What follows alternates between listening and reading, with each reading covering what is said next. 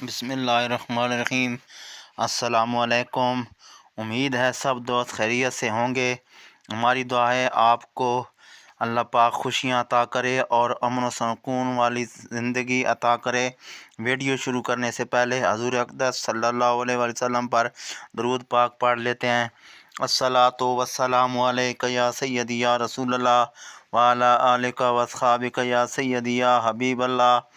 آج ویڈیو کا موضوع ہے سیرت النبی صلی اللہ علیہ وآلہ وسلم سے غزوہ بدر سے جب حضور صلی اللہ علیہ وسلم کی واپسی ہوئی تو کیا منظر تھا۔ جب حضرت صلی اللہ علیہ وآلہ وسلم مقام صفرا میں پہنچے جو بدر سے ایک منزل ہے تو آپ نے غنیمت مجاہدین میں برابر برابر تقسیم فرما دی۔ اسی مقام پر حضرت عبیدہ بن حارث نے جن کا پائے مبارک کٹ گیا تھا وفات پائی۔ صفرا ہی میں نضر بن حارث کو قتل کر دیا گیا۔ یہاں سے روانہ ہو کر جب عراق التنبیہ میں پہنچے تو حضرت صلی اللہ علیہ وسلم کے حکم سے عقبہ بن محیط قتل کر دیا گیا۔ مدینہ میں اس کی فتح کی اتنی خوشی تھی کہ لوگوں نے مبارکباد کہنے کے لیے حضور اقدس صلی اللہ علیہ وسلم کا مقام روا میں استقبال کیا۔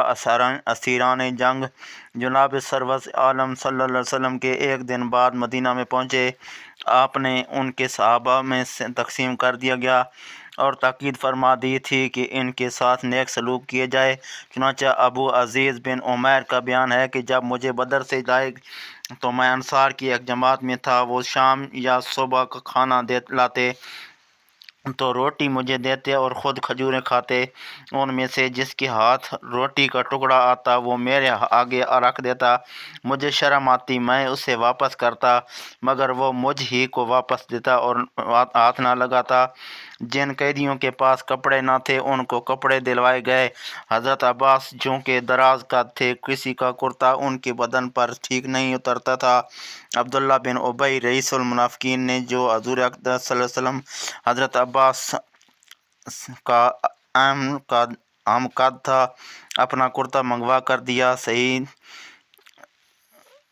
بخاری میں ابو سفیان بن ربیعہ کا یہ قول منقول ہے کہ حضرت صلی اللہ علیہ وسلم نے عبداللہ مذکور کو کپڑے کو قبر سے نکلوا کر جو اپنا کرتا پہنایا تھا وہ اکثر کے نزدیک اسی احسان کا معاوضہ تھا۔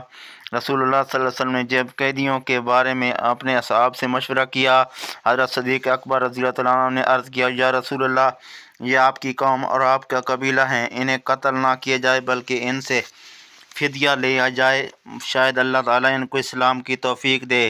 حضرت فاروق اعظم رضی اللہ تعالیٰ عنہ نے عرض کیا، یا رسول اللہ صلی اللہ علیہ وسلم، میری تو رائے نہیں جو ابو بکر کی ہے، بلکہ میری رائے تو یہ ہے کہ آپ ان کو ہمارے حوالے کر دیں تاکہ ہم ان کو قتل کر ڈالیں۔ مثلاً عقیل کو حضرت علی کے حوالے کر دیں اور میرے فلاں رشتہ دار کو میرے سپرد کر دیں۔ حضور انور بابی حوامی نے حضرت صدیق اکبر کی رائے پر عمل فرمایا۔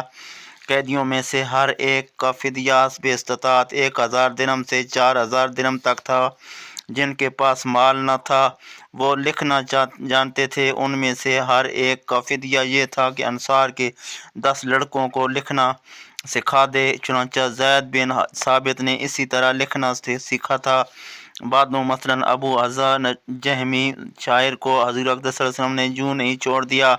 ان قیدیوں میں سے ایک شخص سہیل بن عمرو تھا جو عام مجمع میں حضرت صلی اللہ علیہ وسلم کے خلاف تقریریں کیا کرتا تھا۔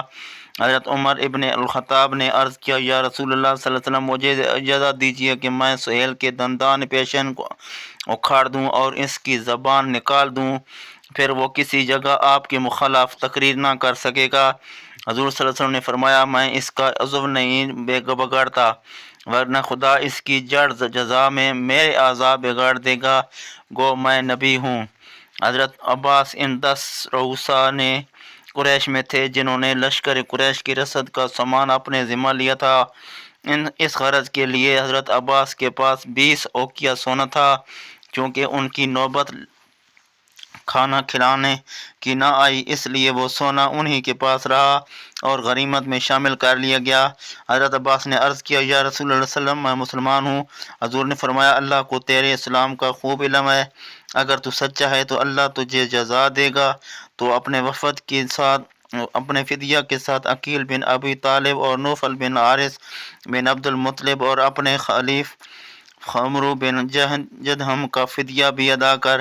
حضرت عباس نے جواب دیا کہ میرے پاس کوئی مال نہیں۔ اس پر حضرت صلی اللہ علیہ وسلم نے فرمایا کہ وہ مال کہاں ہے جو تو نے اپنی بیوی ام الفضل کے پاس رکھا تھا اور اسے کہا تھا کہ اگر میں لڑائی میں مارا گیا جاؤں تو اتنا فضل کو، اتنا عبداللہ کو، اتنا عبید اللہ کو ملے۔ یہ سن کر حضرت عباس نے کہا قسم ہے اس خدا کی جس نے آپ کو حق دے کر بھیجا، اس مال کا علم سوائے میرے اور ام الفضل کے کسی کو نہ تھا، اور میں خوب جانتا ہوں کہ آپ اللہ کے رسول ہیں۔ پس حضرت عباس نے اپنا اور اپنے بھائیوں کی بیٹوں اور اپنے حلیف کا فدیہ ادا کر دیا۔ شکست قریش کی خبر مکہ میں جب سب سے پہلے سیمان بن ایاس خزاعی کو لایا، قریش اپنے مقتولین پر نوحہ کرنے لگے۔ پھر بدی خیال کہ مسلمان ہم پر ہنسیں گے، نوحہ بند کر دیا گیا۔ شکست کی خبر پہنچنے کے 9 روز بعد ابو لہب مر گیا۔ اسود بن ابو یغوث کے 2 بیٹے زمعہ اور عقیل اور ایک پوتا حارث بن سمیہ میدان بدر میں کام آئے۔ وہ چاہتا تھا کہ ان پر روئے مگر ممانعت کے سبب خاموش تھا۔ ایک رات اس نے کسی عورت کے رونے کی آواز سنی، کیونکہ اس کی بینائی جاتی رہی تھی، اس لیے اس نے اپنے غلام سے کہا کہ جاؤ دریافت کرو کیا اب رونے کی اجازت ہو گئی ہے۔ اگر ایسا ہے تو میں نے اپنے غلام سے کہا کہ جاؤ دریافت کرو کیا اب رونے کی اجازت ہو گئی ہے، اگر ایسا ہے تو میں بھی زمعہ پر نوحہ کروں کیونکہ میرا جگر جل گیا ہے۔ غلام نے آ کر کہا ایک عورت کا اونٹ گم ہو گیا ہے، اس کے لیے رو رہی ہے۔ یہ سن کر اسود کی زبان سے بے اختیار یہ شعر نکلا، کیا وہ اونٹ کے گم ہونے پر روتی ہے اور بے خوابی اسے نیند نہیں آنے دیتی؟